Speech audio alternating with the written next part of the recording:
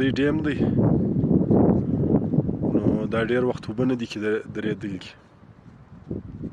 هغه د 2022 د وسې کمې اوبه چې ورالې له ننه زه تقریبا پوره 3 کاله له مخه په هغه واره په دا ډیم کې مټ بیخي ډېر جمع شولی، یعنې دا له مټه زه راډک دی، ښه ټیټه صفایي مو غواړي. پټلۍ کار ښې وسولی، اوس دا د ډیم دغه شی ډېر ضروري دی چې دغه صفایي یې وشي.